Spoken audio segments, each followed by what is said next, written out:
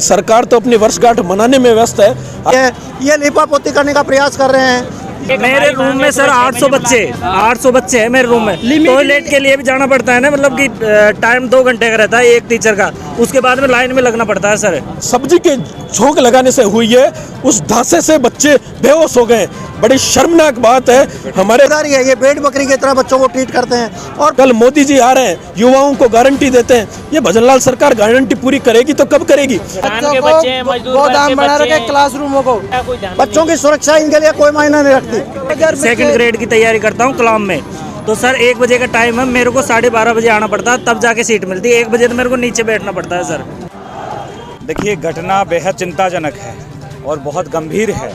सरकार को, प्रशासन को इसको गंभीरता से लेना चाहिए, क्योंकि ये बच्चों के भविष्य के साथ साथ उनके जीवन का भी बड़ा मुद्दा है। कल जिस तरीके से कोचिंग के अंदर घटना हुई, चलो ईश्वर का शुक्र है कि बच्चे बच गए, लेकिन कोई भी बड़ी घटना को अंजाम हो सकता था।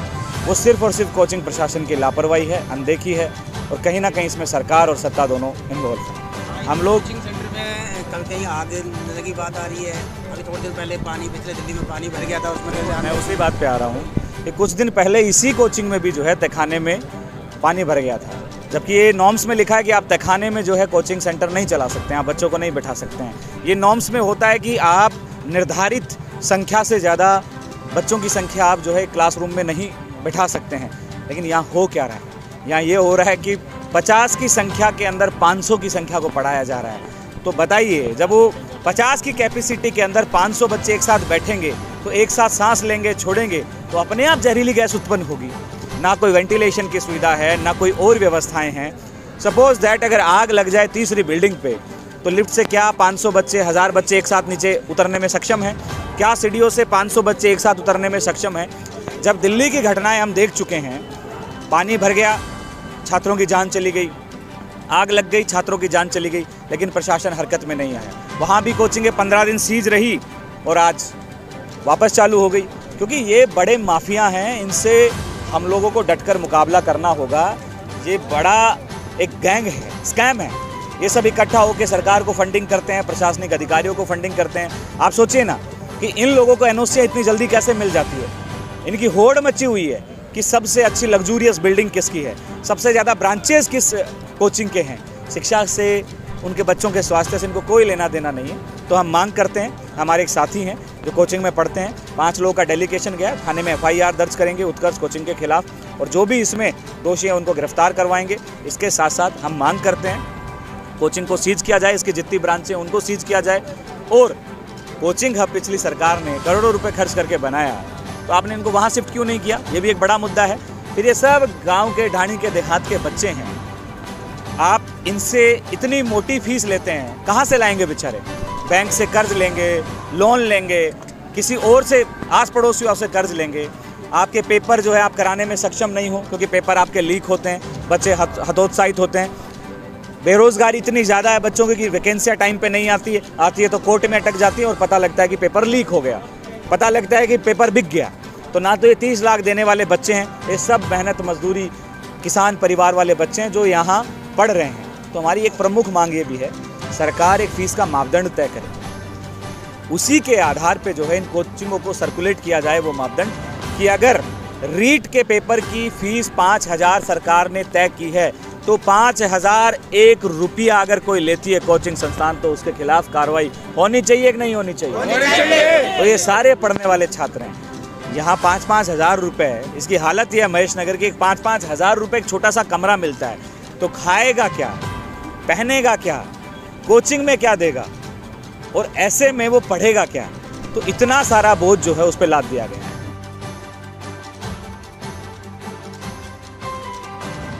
बेहद निंदनीय सर, इतनी बड़ी घटना हो गई। सरकार का कोई विधायक, स्थानीय विधायक यहाँ तक नहीं पहुँचा, सरकार का कोई नुमाइंदा यहाँ तक नहीं पहुँचा।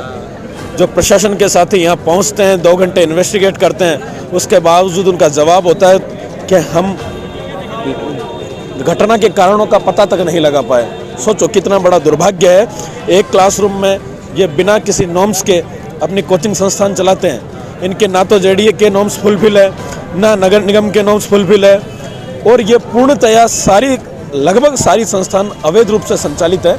इन संस्थानों पर कार्रवाई होनी चाहिए। और ये कोचिंग संस्थान के मालिक नहीं, ये कोचिंग माफिया बन चुके हैं। इन युवाओं से, इन छात्रों से मोटी मोटी रकम ऐंठते हैं। क्या इनकी नैतिक जिम्मेदारी नहीं बनती कि इन युवाओं की सुरक्षा की जाए? लेकिन नहीं, सबसे बड़ा सवाल सिर्फ इन लोगों को पैसे से मतलब है। चाहे पेपर लीक की बात हो, चाहे विद्यार्थियों के साथ, छात्र हितों के साथ खिलवाड़ की बात हो, ये सारे कोचिंग माफिया मूक दर्शक बनकर बैठकर देखते रहते हैं। आज ये कोचिंग हादसा उत्कर्ष क्लासेज में हुआ है, थोड़े दिनों पहले राजेंद्र नगर दिल्ली में हुआ था। कल किसी कोचिंग संस्थान में यह घटना पुनरावृत्ति ना हो तो उसके लिए संज्ञान लेना चाहिए सरकार को। लेकिन सरकार तो अपनी वर्षगांठ मनाने में व्यस्त है। आखिर वो किस बात की वर्षगांठ मना रही है, किस बात का सुशासन का संदेश दे रही है? यहाँ कल हमारी 20 महीने जहरीली गैस के रिसाव के कारण हॉस्पिटलाइज करनी पड़ी और सरकार का एक मुखिया हॉस्पिटल तक उनके हालचाल पूछने नहीं पहुंचा। तो कल ये जहरीली गैस बनने से या बेहोश होने से कोई रीजन आया क्या, कुछ पता चला उसका क्या है? रीजन तो प्रशासन की मैनेजमेंट की टीम आती, वो चेक करती। नगर निगम के डीसी आते हैं, 2 घंटे क्लासेज में रहते हैं, उसके बावजूद इनका जवाब होता है कि हम तो इन्वेस्टिगेट ही नहीं कर पाए, हम तो गैस लीकेज के कारणों का पता ही नहीं लगा पाए।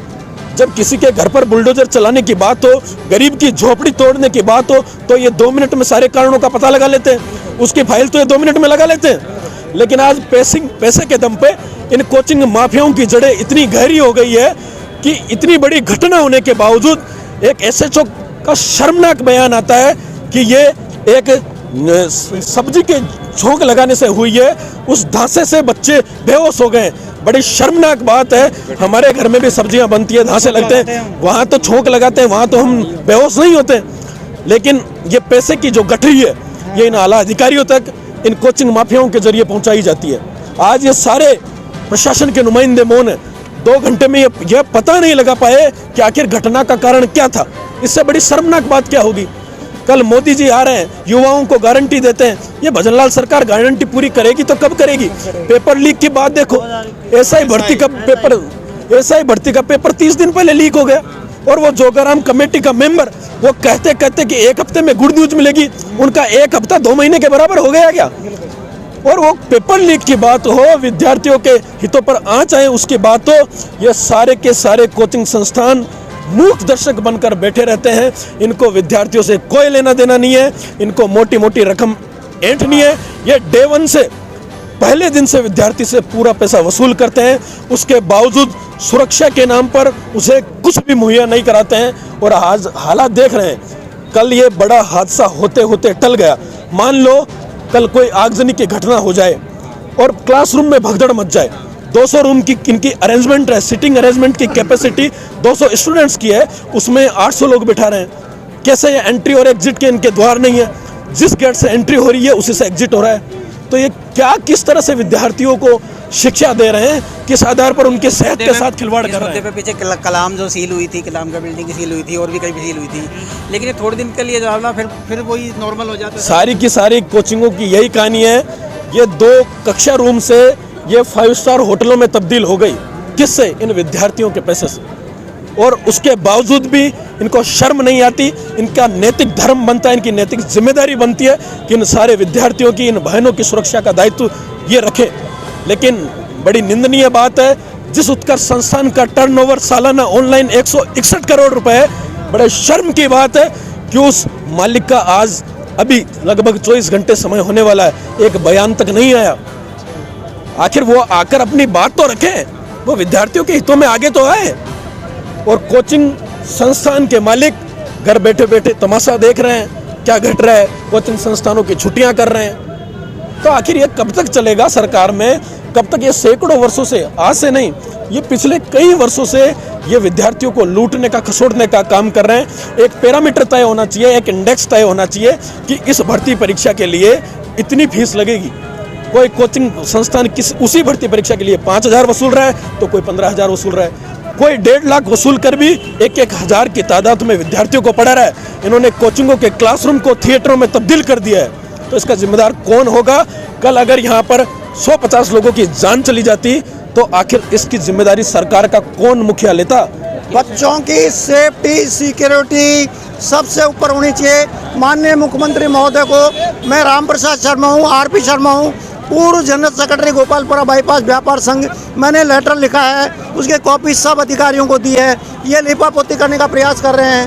ये जो कोचिंग इंस्टीट्यूट वाले हैं, अवैध बिल्डिंगों में चल रहे कोचिंग संस्थान वाले हैं, इनकी जिम्मेदारी है। ये भेड़ बकरी की तरह बच्चों को ट्रीट करते हैं और पुलिस प्रशासन ये भ्रमित कर रहा है, इवन मीडिया को भी। ये सब्जी छौंकने से कॉमन सेंस की बात है।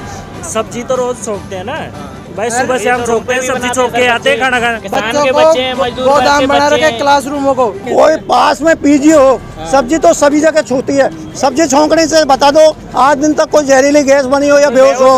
लेकिन ये पुलिस प्रशासन के जिम्मेदार लोग, इन्होंने ये ठेके ले लेते हैं। ये इस बात के ठेके लेते हैं, सुपारी लेते हैं कि किस तरह इन अवैध बिल्डिंगों में चल रहे कोचिंग संस्थानों को कैसे बचाया जाए। इनको इस बात का मंतव्य मिलता है। इनको अब बच्चों की सुरक्षा इनके लिए कोई मायना नहीं रखती। क्लासरूमों को तो इन्होंने गोदाम बना लिया, कोई लिमिट नहीं है। कितने बैठाने 1000 2000। सर मैं कमलेश कुमार मीणा लालसोट से हूँ सर। 1000 2000 सेकंड ग्रेड की तैयारी करता हूँ कलाम में। तो सर 1 बजे का टाइम है, मेरे को 12:30 बजे आना पड़ता है, तब जाके सीट मिलती है। 1 बजे तो मेरे को नीचे बैठना पड़ता है सर। नहीं, उसके बाद भी उनकी सिटिंग अरेंज कितनी होती थी? सीटिंग अरेंज से ऊपर होता है सर। मेरे रूम में सर 800 बच्चे हैं मेरे रूम में। टॉयलेट के लिए भी जाना पड़ता है ना, मतलब कि टाइम 2 घंटे का रहता है एक टीचर का। उसके बाद में लाइन में लगना पड़ता है सर। ये कंडीशन हो रही है सर। 200 बच्चों की जगह 1000 बच्चे।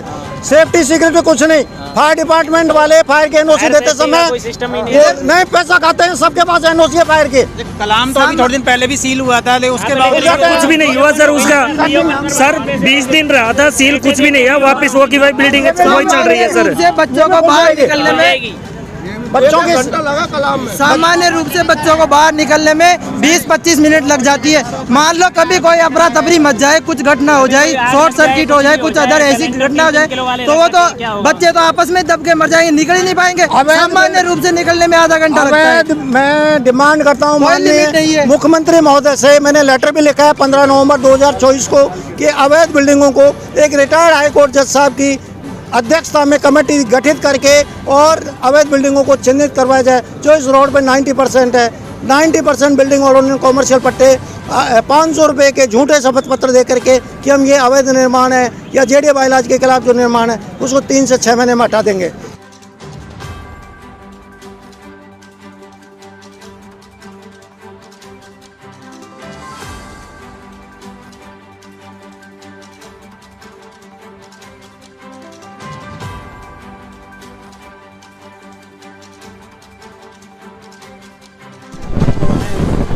हाँ, क्या हुआ? ले लिया छोड़ने का ध्यान दे दिया ना, सबकी छुट्टी है।